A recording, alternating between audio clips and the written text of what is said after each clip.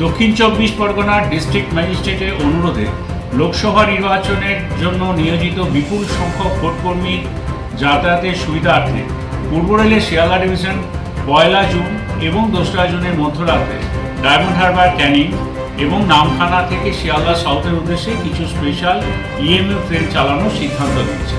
Namkhana Sealdah special 1 June রাত্রি 11:45 নামখানা থেকে ছেড়ে 2 জুন রাত্রি 2:20 শিয়ালদায় পৌঁছবে।